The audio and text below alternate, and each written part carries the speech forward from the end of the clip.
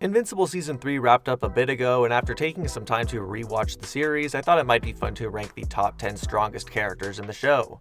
Mind you, I'm strictly talking about the animated series and no comic events. As anyone who's read the comics would know, the story changes fairly early on.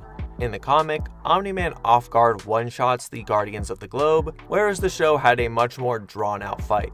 If you haven't read the comic yet, you won't have to worry. This video is based on animated show only, and for you comic book readers, that's why certain characters aren't ranked any higher. As many characters get power-ups or show their full power much later, we will not be counting those feats. If you guys are interested, I could do a ranking with the comic book version of the characters, so let me know by showing this video some love and telling me in the comments. And with that in mind, let's get started. As usual, I think the basis of the list is always the hardest part, and there are a few characters that could take this spot. I decided to settle with the Immortal for our number 10 slot. Despite what the memes may say, the Immortal is rather powerful even in comparison to some of the lower tier Viltrumites. The Immortal was able to briefly throw hands with a dazed Omni Man one-on-one, and is implied to be the strongest hero in the time before Omni Man. This would include both War Woman and Red Rush, the only other Guardians who managed to do any damage to Omni Man. You could make an argument for either of these heroes, especially Red Rush with his speed, to be above the Immortal and take the number 10 slot.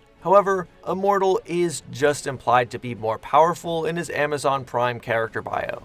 You might imagine that Oliver should go here instead, seeing as he one-shot the Mauler twins, villains who consistently throw hands with the Immortal and OG Guardians. However, this is not consistent, seeing as the Maulers actually take hits from the Immortal and War Woman even better than Omni Man did, and Omni Man himself was not capable of instantly beating the Maulers at the start of Season 1. The more likely interpretation is that the Immortal was holding back as to not kill the Maulers, or perhaps he was trying to preserve the building they were in as they were fighting in a nuclear bomb silo. The OG Guardians also struggle with the Lizard League in the Adam Eve special, low tier villains that got one shot by Rexplode. If you take this to the extreme, Oliver in Season 2 Rexplode would scale above Season 1 Omni Man. Cecil later implies that Omni Man is still a relevant powerhouse to Adam Eve, and doesn't use Oliver to note Conquest strength even though he knows he one-shot the Maulers. Oliver also got incapacitated by Kursk, and needed help from random heroes during the Viltrumite War, let alone the Immortal, who was among the strongest of heroes. It doesn't really make sense logically for Oliver to be stronger than him yet, and you can excuse his poor showings against the Maulers as Immortal holding back, which is pretty consistent. Next up is numbers 9, 8, and 7, which are the Viltrumites sent to capture Nolan, that being Lucan, Thula, and Vidor. Each of these three fights either Omni Man and does better than the Immortal, or fights mid-Season 2 Mark. Mark, just 2 episodes later, is confidently stronger and faster than the Immortal, yet he ultimately loses the battle to Thula despite fighting to kill. Vidor is likely stronger than Thula, seeing as he fought Nolan. The fact that he decided to fight Nolan, and Nolan personally attacked Vidor and leaving Mark to fight Thula, it makes the most sense for Omni Man to fight the stronger enemy and leave the weaker Thula for his son. Thula does still take a few hits from Nolan, and Mark lands a solid blow on Vidor, showing they aren't a tier apart or anything. They should be pretty close overall. Nolan ultimately beats Vidor, and Thula narrowly gets the upper hand on Mark before Omni Man swiftly finishes things, showing he was the strongest Viltrumite there and Mark was probably the weakest. Although maybe he would have beaten Thula if she didn't sucker punch him. Lucan doesn't do too much, but he does slap Mark at the start of the encounter, the same Mark who is stronger than the Immortal, and proceeds to briefly clash blows with Nolan. Whether or not Lucan is stronger than Thula is more debatable, however Vidor is probably the strongest in this tier since Nolan struggled much more in defeating him than he did with Lucan. Our next tier is the largest, that being Battle Beast, Anissa, Mark in Season 3, and Omni Man. This tier heavily depends on your interpretation of Anissa versus Omni Man, which is a pretty complicated topic. Anissa is here for her feats against Season 2 Mark. Mark was already strong enough to contend with Thula and land a solid smack on Vidor. However, Anissa completely blitzed this version of Mark and barely flinched when he punched her in the face. It's stated by Donald that Mark has less than an 18% chance of even surviving an encounter with Anissa, let alone even winning. She is then confirmed in the episode summary on Amazon Prime to be Mark's greatest challenge yet. This would obviously put Anissa above the Viltrumites we previously discussed, but also above Omni Man from Season 1. Strictly speaking, from a feats perspective, Nolan was not that much stronger than Mark during the battle on Thraxa. Nolan couldn't just blitz Vidor and Thula, and took considerable damage from them. Even if we lowballed Mark, we do know he's at least stronger and faster than the Immortal by this point, yet Nolan has never dominated the Immortal as bad as Anissa did to Mark. Compare Immortal drawing blood from Nolan with single punches in both fights to Anissa barely flinching when Mark does the same thing. Even Donald says she's faster than Nolan, which is consistent with the feats and the Amazon Prime statement. Things are not so cut and dry, however, as in Season 3, Nolan was able to match punches with an evolved Alan the Alien against the Viltrumite executioners sent to finish them off. Alan earlier gave Anissa a bloody nose and sent her flying with just a casual uppercut, yet Nolan can match his strength. I'd be remiss to mention that Nolan did have to literally fly with his full body thrown into the punch, while Alan just punched from a normal standing position, meaning Alan is still quite a bit stronger than Nolan, but it's still impressive since he was clearly not serious with Anissa either. Cecil also implies to Adam Eve that Nolan might be comparable to Conquest when he first shows up. While Conquest was holding back, he was still toying with Season 3 Mark, which I'll get into in a minute.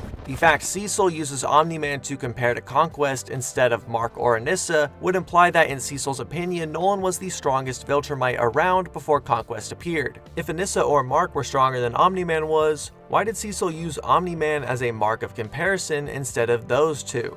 I would personally say that in regards to Anissa versus Omni Man, I do believe Anissa is most likely stronger, at least compared to Season 1 and 2 Omni Man. Her feats are simply much better, and the statements about her power come from more concrete sources than Cecil's opinion. Season 3 Nolan could be stronger, however, with his ability to match Alan the Alien, with one of the showrunners saying the characters get stronger when protecting someone they care about. It seems that saving Alan awakened something inside of Nolan. If you don't think he's gotten stronger though, then I'd put him below Anissa, and you'd have to put a lot of stock in Cecil's opinion over the literal animation studio to get him higher in Season 1. That evidently brings us to Mark. Mark, or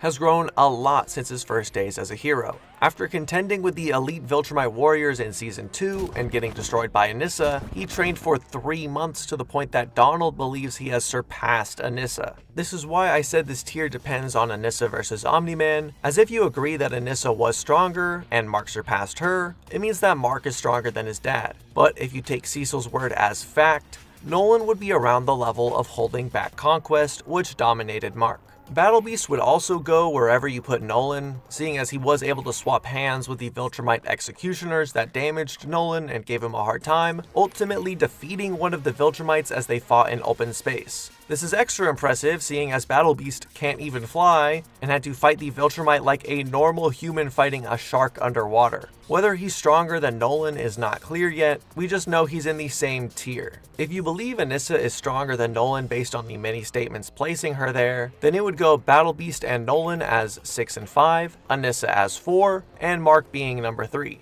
However, if you think Nolan got stronger in the prison break, or that Cecil implied he was always stronger than Mark, then this tier would actually completely flip, with Anissa 6, Mark 5, then Battle Beast and Nolan at 4 or 3. It's a very debatable topic, and I will probably make a full-length video on the topic soon, but even lowballing, Anissa should still be much stronger than Thula, Lucan, and Vidor based on her feats against Season 2 Mark, and being stated his greatest challenge yet.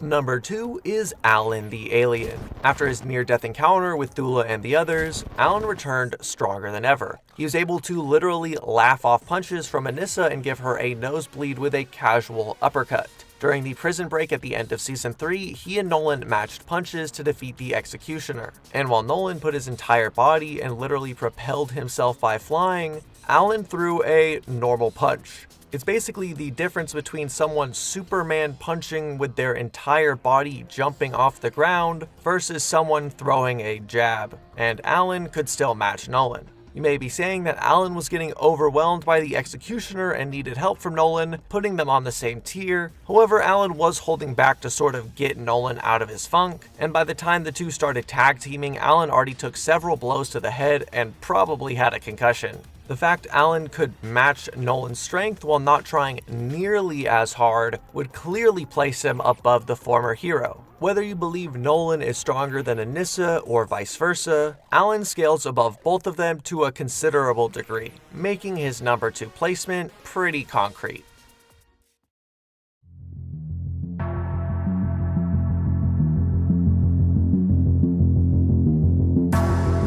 Stand ready for my arrival, worm.